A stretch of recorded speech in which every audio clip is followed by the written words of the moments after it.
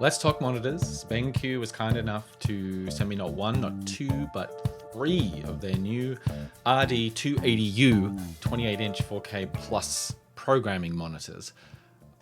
This monitor makes some pretty bold claims from the get-go, declaring ultimate coding productivity right there on the box.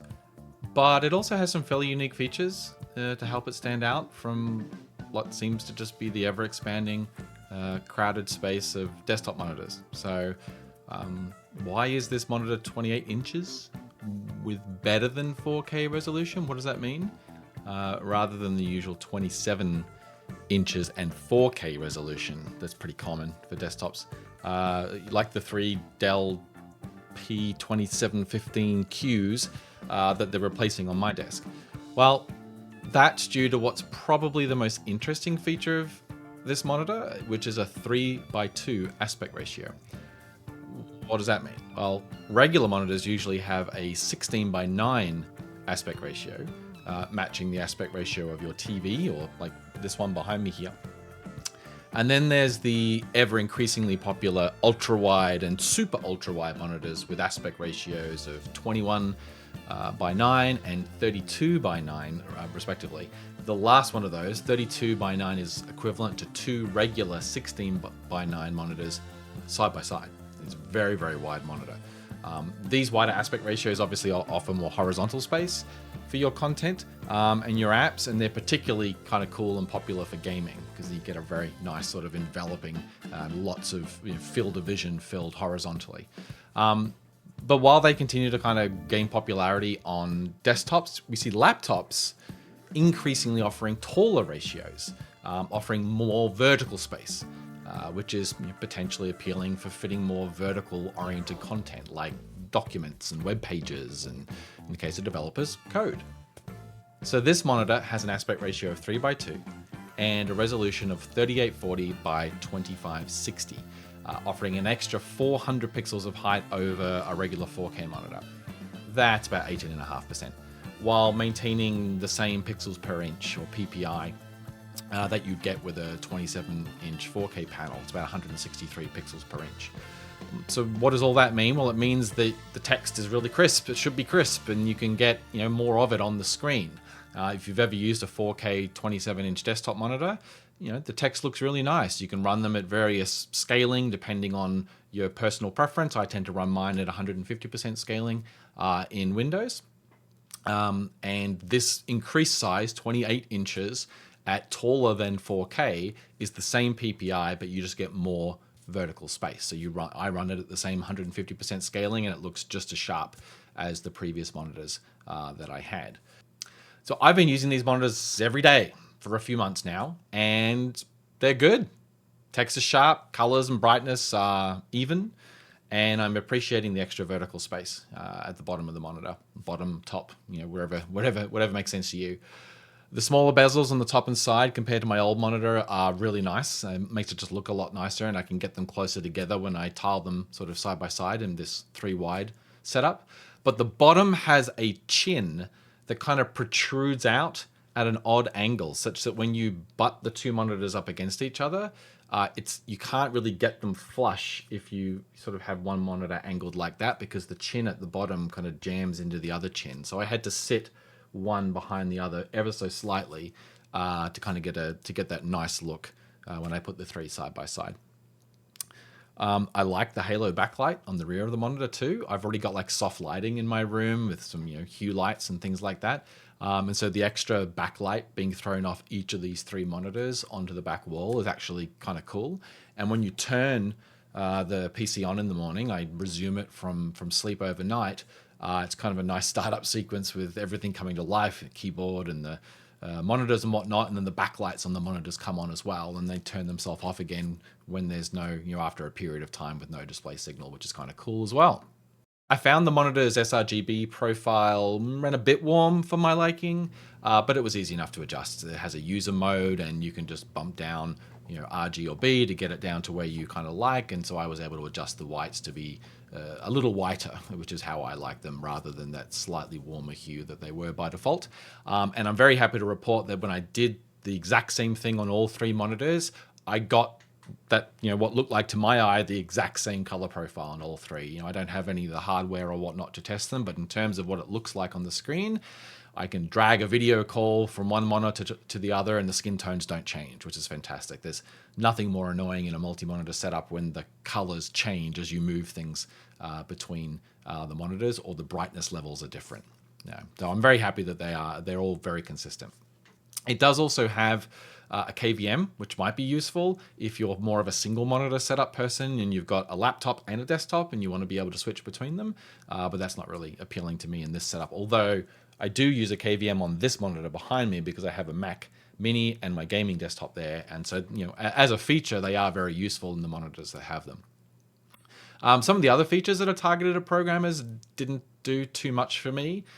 Things like the eye relief feature, dark room detection, or the specialized like dark coding and light coding profiles that change the screen brightness and color. At the end of the day, I just want it to look accurate-ish, to my eye, and appealing to my eye. I don't want the colors to be oversaturated. I just want them to look good, and I want them to be consistent.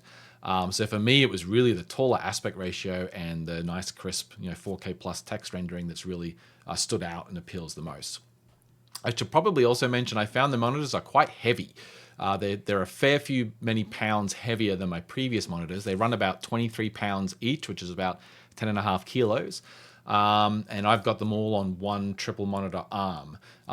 They are slightly over the capacity rated for the arm, but I found if I just tighten up the shocks on this monitor arm as tight as they go, they haven't really moved since I put them up there. So your mileage may vary, but just do be wary that they are a little bit heavier than other monitors perhaps. So should you buy one or two or three monitors here? Monitors are quite an interesting thing to compare when kind of looking at the market and doing some research, figuring out what to buy, because they're such a critical part of your setup. Like, you look at them like all the time. That's like the part of the computer that you actually look at, and you tend to keep them for a long time, or at least I do. I know that the last monitors I had before I put these ones in, those Dells, I had those for nearly 9 years. And they were great the whole time. And at the time I bought them, they kind of represented the best bang for buck for a 4K 27-inch panel, which is why I bought them at that time. These are overall an upgrade on those, so I'm happy from that point of view. I think the image quality is probably the same. Certainly had to be the same. I really liked the image quality on the last ones, and this one definitely had to be as good. And these ones are as good, and I think can actually punch a bit higher. They can get a bit brighter. They can do more color saturation if you like that. I tend to find some people run saturation a little high, too red and stuff like that, but I've got these set up quite nicely and I do like them. And they can do more if you want that. It can be a little hard though when looking at monitors about knowing when is the right time to buy. There's been a lot of big advancements in recent years in monitor technology. The advent of OLED panels being available in different sizes, lots of curved panels, much higher refresh rates, and even in just the last 2 years, we've seen huge strides forward on refresh rates and OLED panel technology, and now micro LED, even if you're not using OLED. But that's kind of mostly for gaming. Professional monitors for color accurate use tend to be very expensive, but just good quality desktop monitors that are reliable, that have a nice PPI or a good size, good resolution. There's quite a few of those around now. There's there's a lot that you can choose from, and some good reliable brands that have some good offerings out there. So how do these ones kind of stack up? Well, I definitely had been starting to consider if the time was right for me to upgrade. I'd been looking for that kind of next monitor that would be the next 8 to 10 year monitor I would put on my desktop. Something with smaller bezels, something with higher refresh rates, and better contrast. If you have not used a higher refresh rate monitor, like this one behind me here, it's hard to describe kind of how it makes everything just feel snappier and faster and more responsive. But even in desktop work, but the reality is if you're just doing coding all day, you're not really moving much anyway. So it's not a huge loss. These monitors are only 60 hertz, which is a slight disappointment. But that's the regular monitor refresh rate that most of us are used to.